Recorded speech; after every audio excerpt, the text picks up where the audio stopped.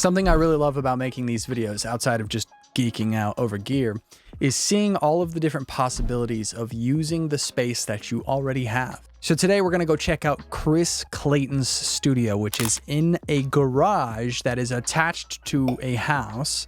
And the garage was converted into a full production studio. Chris does a lot of really cool work. He has a website called My Song Capture, which is a demo production service for the worship songwriter. So that's really cool. Go check that out. You can follow up all of his links down in the description below. Thank you, Chris, for having me come out. So I want to give a special shout out to today's sponsor, which is blueoakmastering.com. It's pretty simple. I use Blue Oak Mastering for all of the work that I do. It's a very simple process, and I very much appreciate that. And he does an amazing job every time I've used them. So if you guys want to get a song mastered, or you're interested in, he has a membership. If you sign up for the membership, you get all delivery formats. You get 1 month of rollover on your masters, and you can cancel at any time. So if you guys are interested in that, or you don't really understand mastering and you want somebody who can take care of it for you and who does an excellent job, at checkout, use promo code COFFEE15 and you will get 15% off your total checkout. Again, this promo code's only gonna work for the first 150 people to use it, so go check out blueoakmastering.com. So thank you, Blue Oak Mastering, for sponsoring this video, and thank you guys for checking the video out. If you guys like these videos,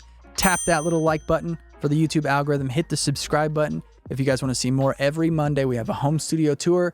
Every other Thursday, epic studio gear. All of the links that you guys need are down below in the description. Let's go check out Chris Clayton's studio.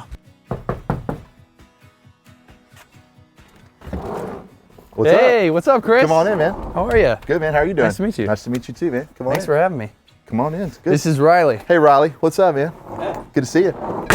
Dude, this is incredible. Thanks, man. Is this converted? What was this? Yeah. This is part of a house?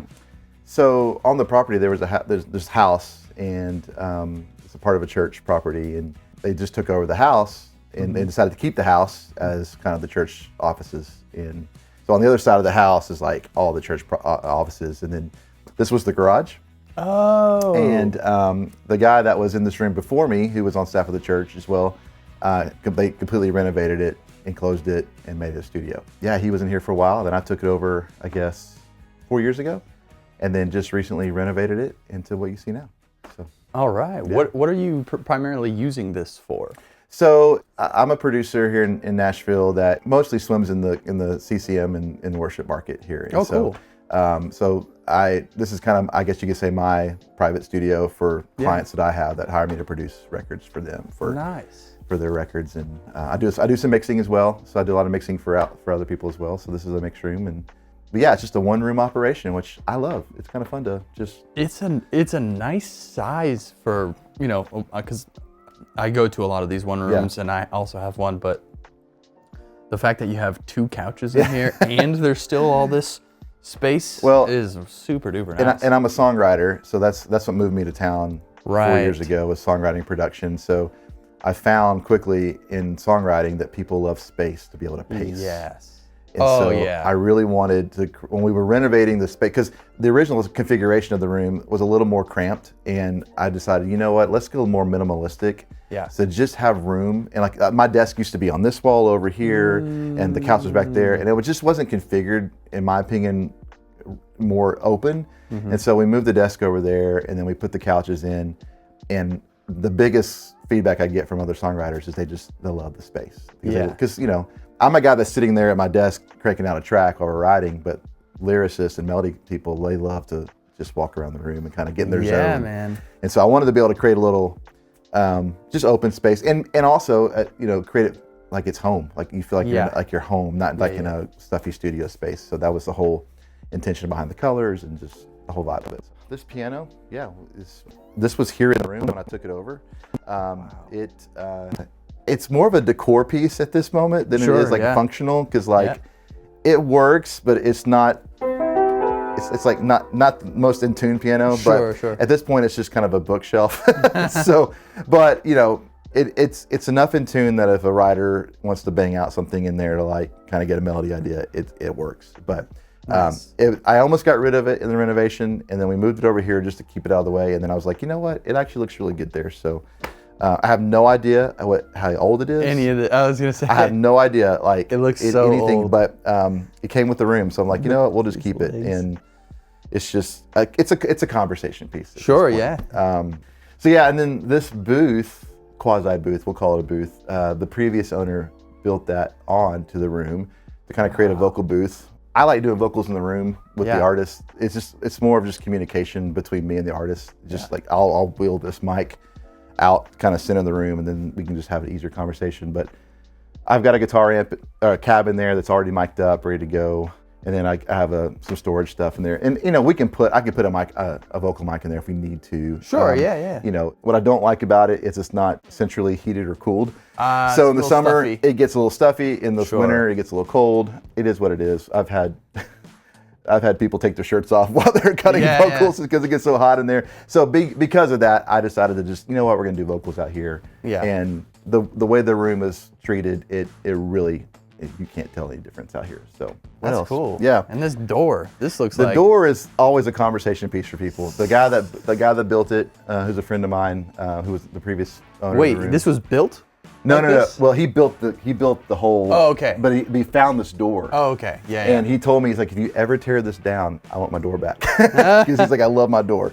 That's really what I use that for, is just kind of a closet / cab room. Yeah, it's nice. Yeah. Good size. Yeah, that ventilation thing is such it's tricky because it's like, is it worth the investment? Right. And how often are you going to use it? And right. And the whole AC system for the house is like right there. Right. So if I wanted to tie into it, it wouldn't really be a whole lot of investment money-wise because I'm not having to go far. But it's, again, that tricky part of going, you don't want it to blow too hard because that defeats the point of the room. Right. And because you got to have to do there's the whole turning of ductwork to help kind of slow down the airflow, which lowers the volume. When we built our building over at the church last year, we have a brand new building. I learned a lot about the acoustics of how they do airflow in houses of worship, and they make a lot of turns, so it slows down the speed and it trickles out. There's a science to it. There's probably more to it than what I just explained, but good to know. It's just one of those things you nerd out on, right? So, yeah. Guitar World. Obviously, you must be a guitarist. I'm a guitar player, kind of a jack of all trades, master of one. So I have 3 amps, but this has been the thing that's kind of like piqued my interest over the last couple of years is Kemper. I have a good friend that makes profiles. Shout out to ToneJunkie.com. They make profiles, and so they actually used to use my room to create their profiles in when they first started. And oh wow! So they would bring in like all these old cool vintage amps, and like they would book the room for the day, and I would just hang out and watch them profile like old 60s and 50s and 70s like Fenders and Marshalls. It was just fun. So, but I'm loving the Kemper. I love it because I can just quickly dial in something. Oh yeah. So like in publishing world, when I'm making a demo for something, I don't want to sit there and like hunt for hours on a guitar tone. I need something that quickly just works. Right. So, and the ability to recall. Yes. Save very this. True. Yep. Oh, can you change it? Yes. Yes, exactly. So I can't bring myself to get rid of my heads. Of course, it's just one of those things. I just go, man, I've had them for so long, and there's too much history and stories that go into them. So. I don't think I'll get rid of them, but I never turn them on, unfortunately, because it's just so easy. And the way I've wired the room, and we can get into this more, like everything's already pre-wired and ready to go at a moment's notice. So I know where this Kemper is on a certain channel that's on the Apollo that I just turn it on and it's already dialed in. Nice. So because especially if I'm in a writing session. I want to be able to move quickly to get into sounds. So, what kind of amp is this? So that's Dr. Z. Dr. Z. Yeah, Dr. Z. Okay. They make. They've been around for a while. Probably the most notable person that plays them is Brad Paisley. Okay. At least he did for a while. I don't know if he still does. Dr. Z's been around for a while. I've had that amp for, 7 or 8 years. The one at the bottom, the one in the middle, is made by Stolz, and it was a company out of Oklahoma City that. They're not around anymore. So gotcha. It's a collector's item now, as they say. Nice. It's like a Vox AC30 kind of circuit, and then you've got the Marshall JCM 800, which is kind of the big dog. The big dog, yeah. So, I love this kind of control though on an amp. Oh, just simple. Volume and tone. Easy. Yeah. Just that's my kind of amp too. More or less. Yeah. But what's funny is that this amp is profiled into this camper already. So it's like, okay. Oh, okay. Yeah, you know, yeah. Why crank up and make the Can we noise? use this? We are. We're using it. No, but it's not. Yeah. We're not plugged in. No, we are. Right. But I have but I kept, I have a cab in there. Yeah. And it's already mic'd up. Like I said, it's all ready to go. Yeah. Because if I bring in a session player, they don't want to bring a cab that day. Sure. They can just, literally it's one speaker cable into their cab and we're ready to go. Instead of them having to haul and re-mic everything. Yeah. So, and more session players are embracing. Yeah. The profile They are. Kemper and the Iridiums. the Helix. Helix, Yep. Those are good too. I don't nerd out about it. There's other people that do that. Right. But I just I enjoy what it does for me. And I've got my favorites and I can kind of dial in. So better. So this setup in here as of now is sort of like the compromise from what it was before to through that test to now. Yeah, exactly. So that it was being at home during quarantine that kind of opened my eyes to the idea of going, I can simplify and still make great records and still get good sounds and sell some gear. And and help pay for the renovation by selling some gear. So it's like I don't want things sitting around that is not being used on a weekly basis to make music. I'd rather gear is not going to feed my ego. Sure, yeah. So it's like I don't need that to feed my ego anymore. I'd rather just get down to something that's very simple and practical every day. So I want to get into your rig here in a sec. Yeah. But tell me, did you make the panel and the treatment in here? Who did this? So the treatment, all the big, like the clouds and this thing, and then the things on that wall, they were already here when I took the room over. Oh, cool. So, but what I did recently when we repainted, recarpeted, is I recovered it to match the room. Yeah, so we went and I looked into the whole like the real fabric of whatever. Guilford and Maine. Yeah, thank you. I didn't do that. I just like, you know what? Joann's. Yeah, exactly. I went to Hobby Lobby. Yeah. And I had to go to 3 Hobby Lobbies to find enough fabric to cover everything. I know, that's right, yeah. We pulled all the panels down. I brought my sons up here, and my dad was in town one weekend, and we completely just recovered everything and just hung it back in place. I think this is the exact same color as the Really? walls in my room. Yeah. It's charcoal. Yeah. Charcoal gray. Something like that, yeah. And then these black panels, they were already here as well. And man, I'm not scientific when it comes to acoustic treatment. I just like, you know what? I know where normally you put stuff, so I'm gonna put if it does the job, it does the job. Yeah, sure. So, one day, if it ever happens, I'll build out a room where it's like completely accurate. Yeah. But for what I do, it works. Like it translates, and I'm great with it. So first, tell me about this desk. Yeah. So a buddy and I built this desk. Whoa, really? We did. Holy cow. So I knew I did a lot of research on desks and what I wanted. And there's a lot of great companies that make a lot of great desks. I was being cheap and I didn't want to spend the money as much as those guys charge. And they're great. Like they're worth every penny, but it's like, if I could build this, what would it cost me? And so a buddy of mine who's real great with woodworking, and he's like, dude, we can build this, no problem, easy. So he found the wood at a place here in Nashville. It's walnut. Yeah. Beautiful. And then I found the legs on eBay of all places, like a company that sells these U-frame legs. Wow. And he literally just milled it out of raw walnut and put it together. Then we put rack ears in, and that's it. So wow, pretty simple. It took us, about, all in all, probably took us about a week's time over about a 3-week period to make it. But it's been great. I had an old traditional just kind of desk, like office desk in here originally, and so I knew I just wanted to be able to put everything in front of me. Yeah. And I like all the surface area on the top where you can have this, still have some room for the mouse. So like when I'm writing, keyboard. I'm writing, I'll put my laptop up there. That way I can have like lyrics up, and I can keep my track rolling, and then anything else I need to keep up there. It's just nice. It is nice to have the real estate of the desk. So. All right, so computer. Yeah.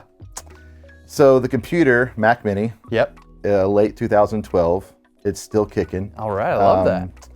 Some days it doesn't want to kick as hard as I would like it to. It's tired. And it's, as I think I'm on Pro Tools, I don't even remember what version of Pro Tools I'm on actually. 11? We could look.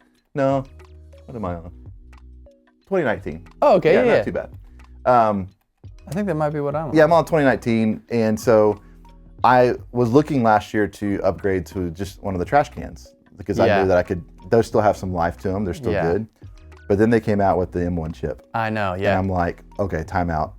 But nothing's compatible yet. Right.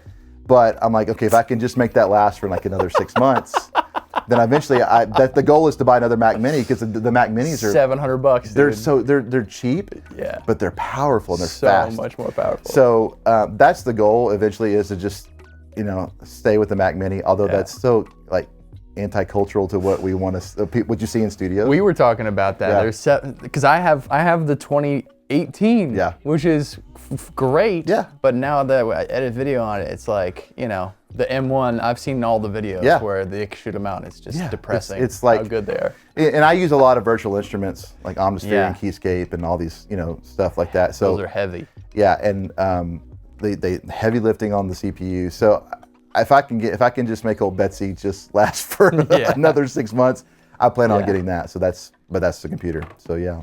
That's cool that it's lasted that long. It has. I've had it. I mean, I didn't buy it new. I bought it maybe 2015, 14, something like that. So it's been with me for a while.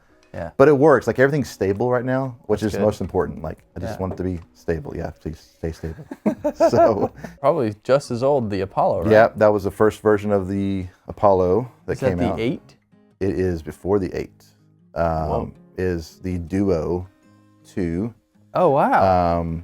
It was the first generation that came out. So how many pre's does it have? Does it have it has 4. Oh, 4 pre's. It has 4 pre's. And then 4 line in. And 4 line in. So nice. So I use 7 of them total, I believe, between the 4 mic pre's that I have there, and then I have, which we'll get over there in a minute, the Rhodes and the Keybase. They're already lined into the analog, to the pre's of the Apollo. But yeah, that's another thing. It's like, man, I love the Apollo, and it's sounding great, but I know I probably need to eventually. There's more technology that's come out. But it's always the game. It's the game of chasing technology, and so. Yeah. But it works. Like it's. I bought it and it was the FireWire version. Then I upgraded to the card that goes in for Thunderbolt. So now it's Thunderbolt. But got it. So then I have the twin as well, cascaded into it to get more DSP out of it, I can just have more for mixing and plugins. So. What are you looking at getting next? Just an Apollo. I'll stay with Apollo, but just want to. I'll go with a newer one. Yeah, yeah. So you got the. What were these pre's you said? Okay. The Neve. So so that's a Neve circuit. It's made by Rascal Audio, and guy in Dallas by the name of Joel Cameron makes that. He makes the 500 series version, and then he makes a single channel, maybe a double channel rack version as well. Oh, cool, yeah. And then he makes, what started the whole thing for him was he makes summing mixers. Oh, cool. So like analog summing mixers for mixed guys, 16 channels, I think is what it was. But then he came out with this Neve-esque. He'll hate me if I say it's completely Neve because it's his version of a Neve. Right, sure. But it's a Neve style pre that really you can create a lot of different characters and tones out of because it's got the input. You can drive the input, trim the output. Right. It's got it's this really cool circuit that he built a few years back. So. Cool. That's what I use. I use that primarily for electric guitars. I've done everything on it, but that's primarily what I have it lined in for right now. Sure, yeah. And then next to that is API 512s, tried and true. Yep. But there's a unique twist about those. Those two right there are number 4 and number 5 ever made. What? Yeah. Here's the story. So in Dallas, where I was working, when I first started, I worked for a studio in the Dallas area for a producer. He got out of studio stuff and was selling off gear, and he's like, hey, if you want to buy anything out of the lot, let me know. And I said, well, I know I want the mic, I want the 512Cs, and then he had some 550Bs, EQs as well. And that distressor came from him as well. I actually bought 2 distressors from him, but I sold one of them. And so we unracked them, and I think he had forgotten, because he bought these pre's somewhere around 1999, 2000, when API first started making 512s. Okay. And so we pulled them out, and I looked at the serial number, which is right on the card, and it said 004, and the other one said 005. And I was like, is this really like number 4 and number 5? He goes, I think so. Like, it wasn't a big deal to him, and it's fine. But I was like, oh my gosh, this is huge. So I took a picture of them And I sent them to like API's customer service. I'm like, okay, am I just crazy, or is this truly number 4 and number 5 of this whole 512 series? And they emailed me back and said, yeah, you have number 4 and number 5 of the whole 512. I mean, and you know, there's hundreds of these now all over the world. And so like, whenever I was redoing the desk, I pulled them out again just to like look at it, going, this is so wild to say that I have number 4 and number 5. So I've had them probably for, I don't know, almost 10 years, and I've had to service one of them once. Wow. So, and that was just one of the buttons. This mic button came out. The spring came out. So that's literally just normal like, daily wear and tear. It wasn't like anything audio-wise. It was just a spring function. But they still sound just as good, man. They're just awesome. That's just how it is on the old consoles, man. You just touch a button and it flings out. You're like, oh. Yeah. This is actually the newest acquisition. The retro? The retro. I had a LA610 mic pre-compressor thing. And then I just wasn't, I again, wanted more real estate than with the rack thing. And so I sold that. Had used one of those in another studio, and I was like, you know, that's a great sounding compressor. So bought that recently, and then it's my vocal compressor, and it's just, man, it's awesome. I love it. So it's becoming one of those things that people are now seeing in every one of these videos is the retro compressor. And I'd never even heard of it before I started doing these videos. It's crazy how good it sounds, and just, you know, it takes up 2 spaces, but it's still worth it to me. Like, you know. That's cool. So yeah, and then over here, Distressor, tried and true, kind of the Swiss Army knife of the compressors. And that's what goes through the guitars for that. And then Distressors are great. I feel like, you know, as engineers, we're so used to them being like, we use that on everything. It's almost like we don't even acknowledge it, but they're so powerful. Amazing. I mean, it's such a great, but it's like, again, it's one of those, like the API, it's like, it's in every studio probably in this town. Sure. But it's, you don't want to overlook it, but at the same time, it's like, it's a Distressor. You should have one. You should have, it's like, you should, if you're going to move to town or anywhere, you should have a Distressor. Underneath that is a combiner, which is again the 2-to-1. So my electric guitar mics in the ISO go into that. 2 in, 1 out with the 2 phase in, flip. 1 out, and then it's got a phase flip and then a ground. Oh, sweet. Well. So if you have a grounding issue, which you can flip the phase there. So it's just passive. Did you build it? A friend of mine, the guy that built the Rascal Audio. Got it. I asked him one day, it's like, hey, I need a combiner. What do you suggest? He goes, I'll just build you one. So I was like, okay. So a couple $100 later, he built me out of API parts. And he's like, yeah, I had some of these parts laying around, so here, you know, for $200 you can have it. And so I need a friend like that. Yeah, I was just like, okay. So that always just stays in line, ready to go. And then the Furman headphone stuff is what that is. That's the brain for the. That's the brain for the headphone. So the little satellite box over there, and that's all just Ethernet, like Cat5 cable. That's what goes into that. What is the exact model? It's Furman. It's the Furman, the HDS6. HDS6. That's the brain, and then I forget what those are. Yeah, I can look at that later, but it all goes together. You can buy multiple boxes, then you can chain them together. And they sound pretty good? They sound great. I've had that thing forever. Sweet. And the great thing is it's got the stereo out, but then it's got the 4 individual knobs that you can blend stuff. So I have outputs like mainly for like vocalists, like the vocalists can control how much vocal they want in their ears, and then the click as well. So that way they, like, if I don't want as much click as they want in my headphones, they can control that. So it gives them a chance to just kind of get a custom mix between the track and their vocal. How long have you had these? A little over a year. Love them. I had some Event TR5s forever, which not many people know about those, but they were just, a buddy of mine, I bought them from a buddy like years ago, and I just used them because I knew them. Yeah. And one of them started crapping out, and I was like, I'm not gonna go get this fixed. It's time to upgrade. So a buddy of mine had these they're the Shape 50s, so the 5-inch speakers. Yep. And then there's a sub, the Yamaha sub underneath there, the little 10. Yeah. So 10 sub. And man, these things, like, I was just so scared from a mixing and tracking side that I wasn't gonna have to relearn everything. And there was a learning curve. Yeah. But everything I was amazed how quickly I could translate from in here to outside, the studio on them. But you got the Key Lab. The Key Lab, I've had that a few guess 4 or 5 years now. Yeah. I bought it simply because of the library that came with it.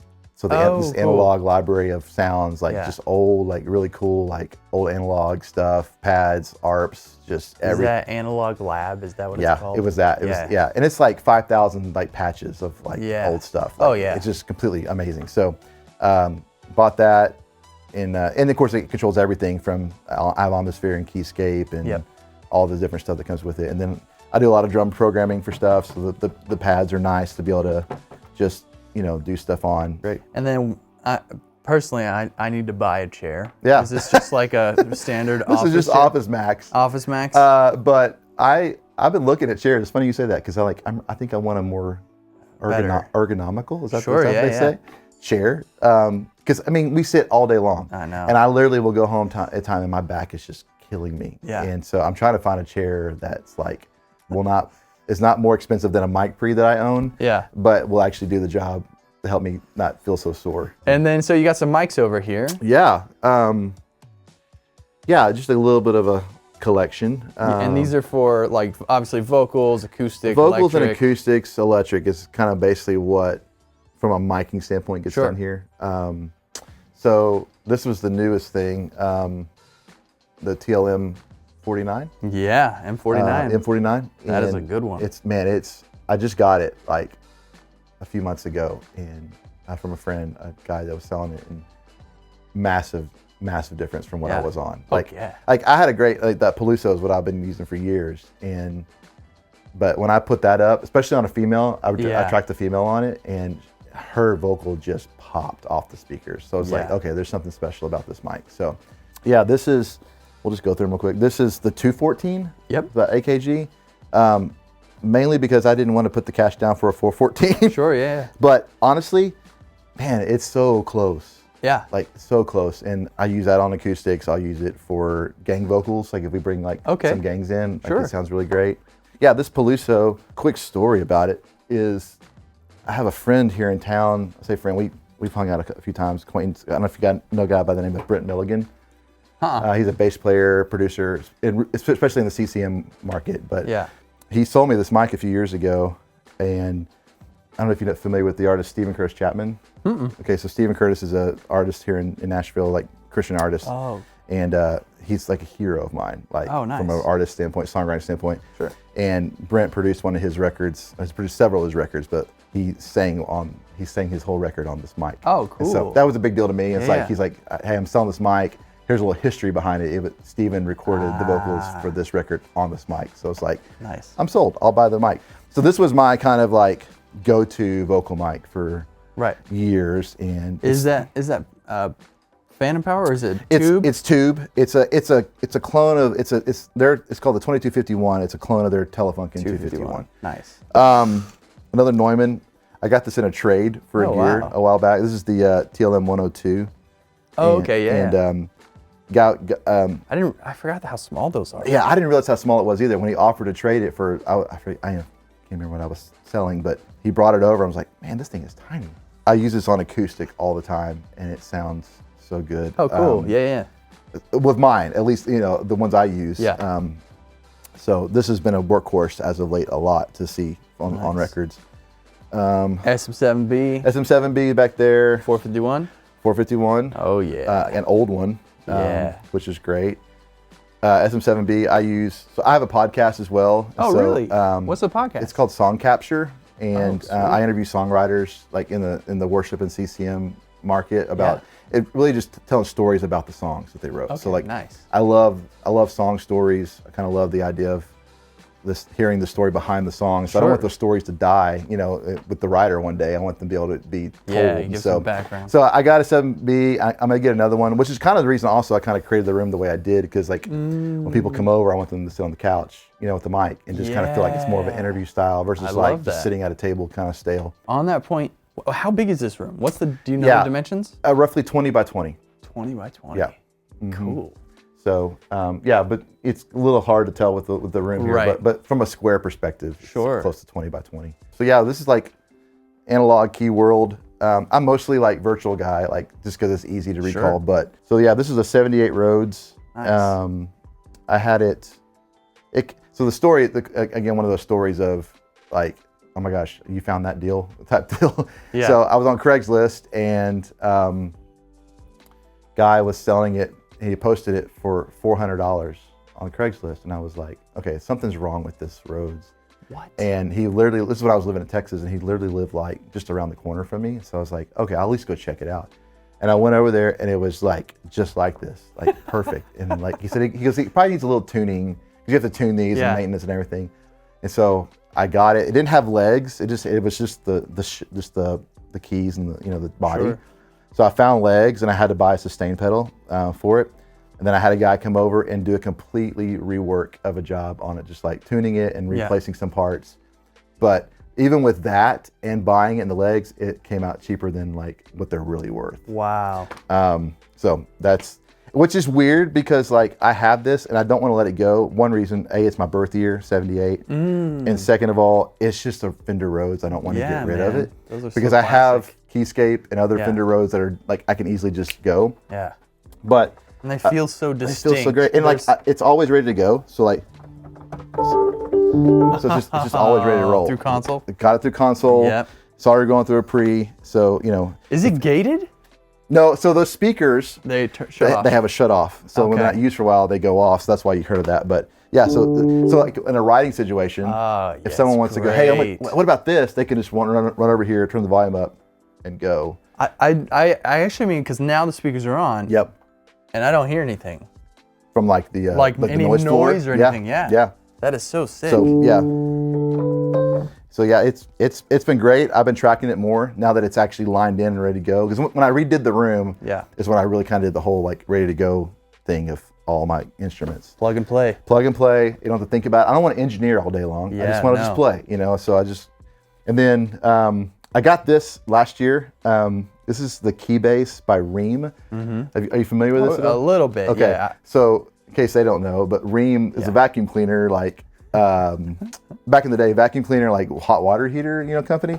But for whatever reason, I don't know the history. I should probably look it up. They started making musical instruments like in the 60s and 70s. And so I was at a studio here in Franklin called The Creek downtown, and my friend David he's a keys player. He's got all these vintage keys.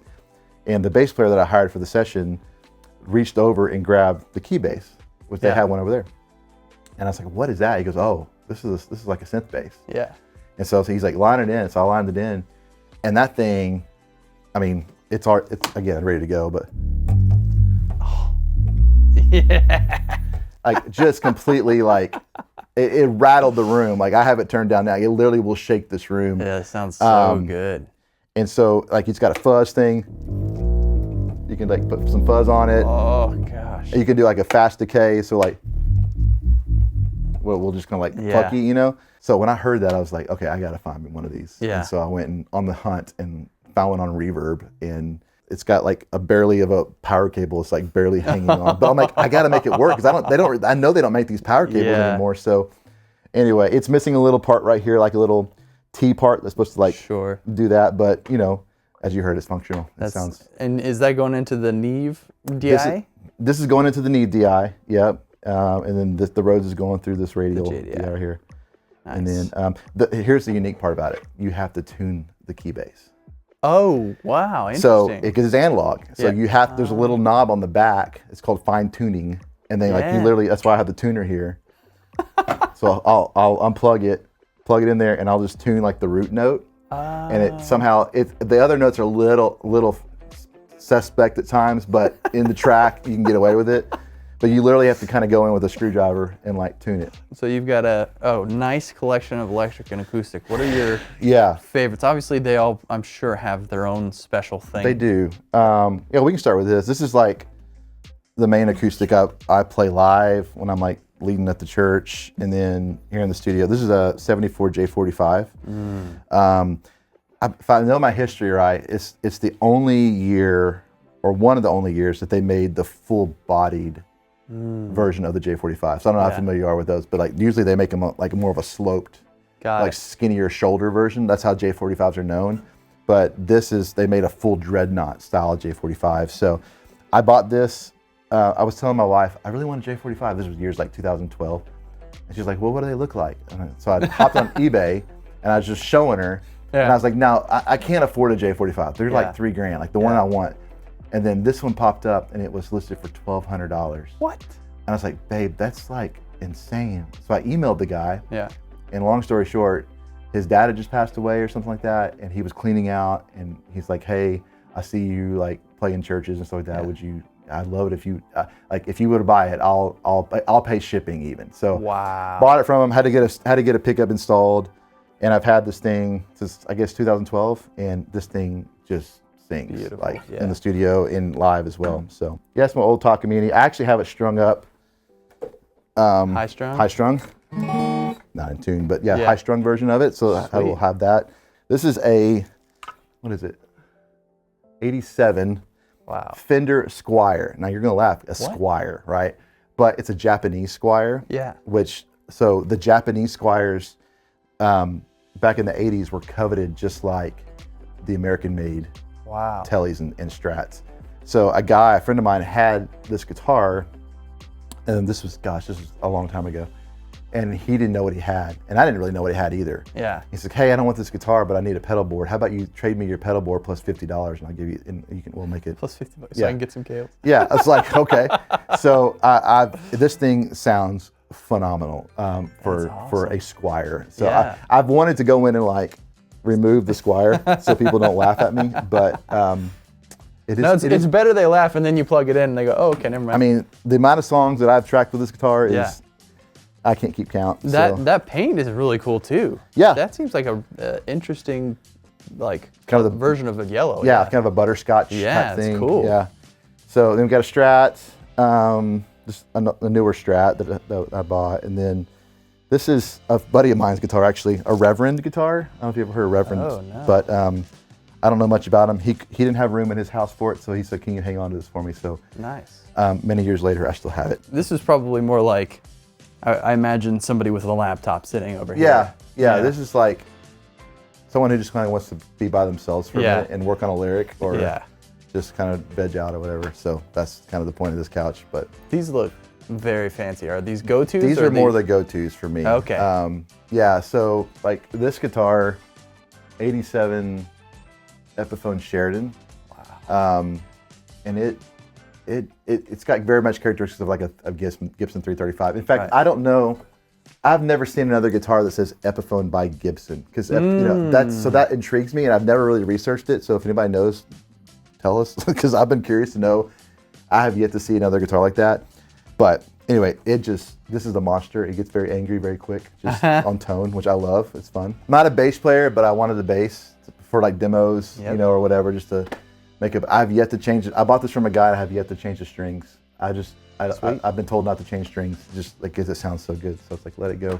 P-bass. P-bass, it just works. The guy before me had changed out the pickups on it, so it's got more higher end Freyland pickups, I believe is what they're called. So probably my favorite story to tell is this guitar. This is a Gretsch. Look at the pickups on that thing. I know. It's a 95 Gretsch Silver Sparkle Jet, and this is not my personality at all to buy a guitar like this fancy, like this sparkly. But we had a friend in college who was in a band, like a rock band, and we'd go down in Dallas and go watch him play. And he had this exact same guitar. Yep. And my wife thought it was so amazing that he had this guitar and thought he was just so cool because of it. I'm like, well, he's not gonna outdo me. I'm gonna go buy this guitar. So years later, after we were married, I found this guitar online, and I was like, I'm buying this guitar. And so not only does it look good, it sounds fantastic. So nice. I mean, just that Gretsch Filtertron pickup sound. And age is everything, as like with drums and everything. Sure, yeah. So not even 95 is considered kind of like vintage these days. So it's like, it's fun. So yeah, I feel like that's something you pick up and it like you transform into something else when you plug it in. You're like, all right, now I'm a sparkle guy. Yeah, I played it live once. I'm like, I can't do this. It's too much attention. I don't want to do this anymore. So high expectations. You walk out there with that thing. Yeah, I'm not the rock star. I'm behind the scenes guy. So, but yeah, and then the last one is just the Les Paul Jr. Special. Nice. Yeah, it was a Sweetwater blowout sale one day. I'm like, you know what? It was like $400. I was like, oh wow. I was like, I'll do $400. But the crazy story is, is I bought this guitar, and like the next day I kicked the pedal and I put a nick in it, and I was so mad at myself for doing that. And so every time I see that nick, I think about me kicking a cable that was on the floor that the bottom of it hit that. So it's relicked. It's got a story. Like every time I see it now, I'm like, I remember that moment, and it's like, yeah, well now it's relicked. So it's like, it just is what it is. But cool, man. Well, thank you again for having us. And do you have like a website or Instagram or anything like that? ChrisClaytonMusic.com is the website for everything production and mixing, and then Instagram Chris M Clayton. Okay. And then the podcast is Song Capture. It's on all the outlets for podcasts. So Song Capture basically is a demoing service for worship songwriters. So like for worship writers who don't do their own demos. So we started a little side business of just helping songwriters do demos. And then out of that came this podcast of just interviewing songwriters to tell their stories behind the songs. So they can go to mysongcapture.com. mysongcapture.com. And That's check all that out. So cool. Well, dude, great to meet you. Thank you so much Appreciate for it. having us Absolutely. out. And happy to do it. And yeah, we'll get out of here. Thanks, man. Cool. Thanks, Riley. Thanks, Riley. You're welcome. Good job.